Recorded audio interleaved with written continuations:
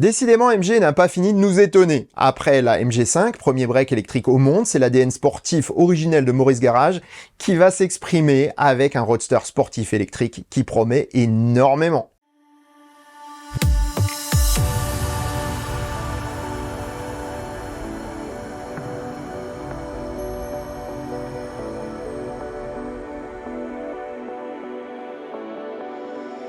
Si ça te plaît, mets un pouce vers le haut et commente. Si ça te plaît beaucoup, abonne-toi. Et si ça te plaît vraiment beaucoup, dis-le partout. Merci. Nous sommes de nombreux passionnés de voitures anciennes à connaître MG, mais ce n'est pas pour leur gamme de produits actuels. Pour nous, MG, c'est surtout des petits roadsters abordables, comme les MGA, MGB, voire MGF, ainsi que les déclinaisons sportives des Rover 25, 45 ou 75. Née en 1924, la marque subit une histoire mouvementée et perd son indépendance dès 1952, date à laquelle elle devient une division de British Motors Corporation. Pourtant, elle continuera son bonhomme de chemin jusqu'en 1994.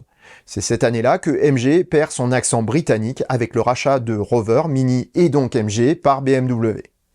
Trop timoré, le constructeur allemand n'avait Dieu que pour Mini, et une fois la petite voiture iconique en sa possession, a délaissé MG et Rover.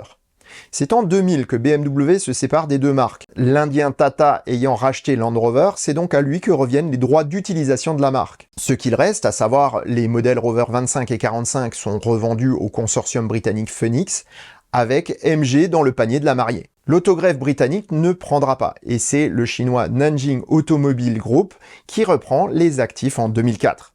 La marque végète quelques années et disparaît des radars en Europe. Il faut attendre 2007 et la fusion de NAC avec le géant automobile chinois SAIC pour voir renaître des projets pour MG. La suite, on la connaît. MGZ SEV, MG5, Marvel Air et MG4 sont de dignes représentantes de la marque en Europe depuis quelques années, avec un rapport prix-prestation exceptionnel. Si le constructeur a un capital chinois, ses dirigeants comptent bien faire retrouver à MG son lustre d'antan et ne renient pas les origines britanniques de la marque. Or, MG est né, je vous l'ai dit en début d'épisode, en 1924, soit il y a presque 100 ans. Fêter le centenaire avec ce qui fait la renommée de Maurice Garage est une évidence, et SAIC compte bien le faire dignement avec l'arrivée du MG Cyberster.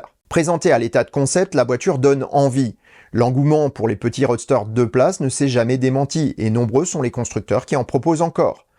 Mazda en est à la 4e version de son excellent MX-5 Miata, BMW ou Audi continuent la production des Z4 et autres TT Roadster, et on peut évoquer également Porsche, Morgan, Lotus et bien d'autres. Avec la propulsion électrique, c'est un renouveau pour le segment qui s'annonce. Il a été amorcé par Tesla avec son premier Roadster, mais le constructeur américain tarde à produire sa nouvelle version. MG est bien plus raisonnable dans ses ambitions que les exubérantes prétentions du roadster américain. Le concept était donné pour un 0 à 100 en moins de 3 secondes grâce à ses 4 moteurs et dispose d'une autonomie de 800 km. Si les représentants de MG ont bien confirmé la mise en production de la machine, celle-ci sera plus sage que le concept, pour être plus abordable. Mais de combien plus sage?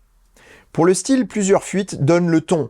Un rendu de fichier 3D donne une bonne idée de la face avant, tandis que plusieurs photos volées du prototype camouflé en test offre une bonne notion des volumes.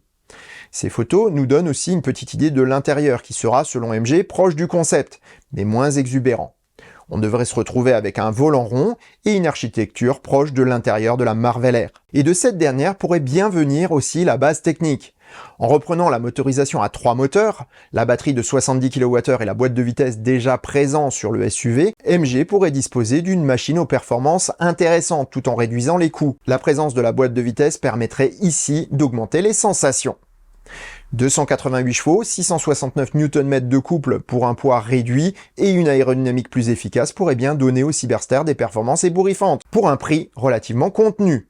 4 secondes de 0 à 100 et 500 km d'autonomie pourraient être atteignables dans ces conditions, tout en maintenant le prix de l'auto sous les 80 000 €. Voilà qui serait une proposition plus qu'alléchante pour les amateurs du genre. Reste à attendre encore un peu pour découvrir la bête, mais The Choucroute Garage reste à l'affût de nouvelles fuites d'informations et ne manquera pas de vous en faire part. Et sur ces bonnes paroles, je vous souhaite bonne route et vous dis à bientôt pour un prochain épisode du Choucroute Garage. Portez-vous bien. Ciao.